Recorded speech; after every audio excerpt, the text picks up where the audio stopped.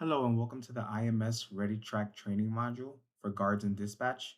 Once you're in the home screen here, you're going to use your user ID as your username, and the password will be your last name, the last four digits of your ID, and two exclamation marks. You should be able to log in with that. Once you're logged in, you'll be brought to the home screen or the dashboard. If you notice on top, you're currently at the retail division. What you're looking to do is select the property that you'll be recording any incidents or activities for. For this scenario, we'll be working at the big mall. Once you've selected the property that you're working at, you'll be brought to the dashboard for that property in particular. If you notice on the top here, you'll have the open incidents for that property. Any incidents that need to be reviewed that were sent back by your supervisor or manager, any incidents that need to be revised by your supervisor or manager, any approved incidents, any incidents that have been past 40 days, and closed incidents. The first thing you're looking to do once you're on your dashboard is make yourself on duty. So you would come to this button here, edit on duty, find your name, in this case, Jeffrey Santiago, and I'm going to move myself to the right and make myself on duty and save those changes. Once you've added yourself to on duty, you should see your name here. It should pop up here as on duty.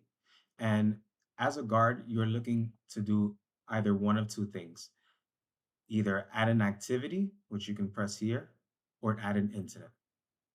But first, let's go over how to add an activity as a guard.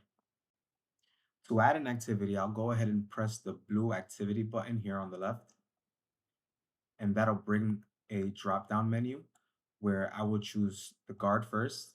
That'll be myself. The activity type. So it would be an activity that I'm noticing while I'm on patrol. The priority, I can choose from low, medium, and high. In this case, let's go with medium. And the location will bring a preloaded list of locations inside your property. In this case, I'm going to choose Macy's. The reported time, so the time you're noticing your activity, I'll go with the time right now. And then your reported date, so you would choose today's date. For activity details, you will write a brief description of what you noticed. So in this case, let's say we have a leak outside of Macy's, and you can add a photo of that if you choose to right here. And we'll go ahead and save the activity. Once the activity is saved, you'll notice that it's added to the activity log right here. And anyone who accesses your property or accesses a report of your property will be able to see the activity that you've logged. Now let's go over how to add an incident. To add an incident, I'm going to go over to the blue Add Incident button on the right, and this will bring me to the Add Incident page. I'm going to title my incident. So let's say this is a slip and fall accident. My incident type, I'm going to look for my incident in a preloaded list as well of different type of incidents that could occur at your site. So here I have injury, slip and fall. The property is already placed for you. The incident time, I can add the time here. Let's say this happened earlier on in the day at 6:40 p.m. And I'll keep the same date. Now, here you'll have the time that you're reporting the incident. So let's say I'm reporting it right now and on the same date. On the location section, I'm looking for where the incident occurred. So let's say this was at Macy's. And on the patrol zone, this is a list of preloaded zones that have been added by your manager or supervisor. So let's say 2A for this example. Reported by, you'll add the name of the person making the incident. And then as well as a location description, so a brief description of what happened. So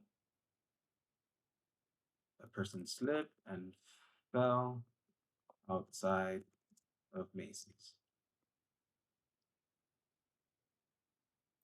Were there any injuries? Let's say yes. Was the ambulance called? Let's say yes. Fire department? No. Police? No. Were vehicles involved? I'll say no. The weather conditions, let's say it was a rainy day, that might have caused the leak. The outside temperature, we'll use 75, doesn't really matter. And you can leave the alternate report number blank. Once we're done filling out these required fields, you'll go ahead and save. Once you've saved your incident, you'll find your incident at the bottom of the incidents page. But now let's go back to the dashboard. Once back at the dashboard, you'll be able to find your slip and fall incident at the top of the recent incidents list, but you'll also be able to find it in the open incidents tab. Your incident is considered an open incident because it still has required fields to be filled out. At the end of your shift, or when you have some free time, you can then go into the open incident and fill out the rest of the incident. So once I click into the open incident, I'm going to look for my slip and fall accident incident, which is found at the bottom. I'll click on that and it'll bring me to the incident summary. If you notice, we have the narrative and victims in red because there's the two fields that still need information to be filled out. I can now go into my narrative and take my time to write a detailed description of exactly what happened during the incident. Once you have thoroughly filled out the incident narrative, you can then press the blue Save button on the bottom. Now let's move on to filling out the victim or our other required field. By clicking the blue Add Victim button on the right, you'll be able to add the victim's name, address, and birthday and age. Once you've taken the time to fill out the victim's information, you can then press the blue Save button on the bottom. Once you've filled out all the required fields for your incident, you'll then be able to see this blue Submit for Review button. You can now press that. From here, you'll be able to choose whether your incident is a brand new report ready for review or if your incident has been updated and is ready for review again. You're also prompted to leave a brief description of the event. After you fill that out, you can then press Submit. Back at the dashboard, your incident has now moved from an open incident to an incident that needs review from your supervisor or manager. If your supervisor or manager requires you to make any revisions, you'll be able to find that in a Needs Revision tab. But for now, your job as a guard is done. Thank you for watching this IMS Ready Track tutorial.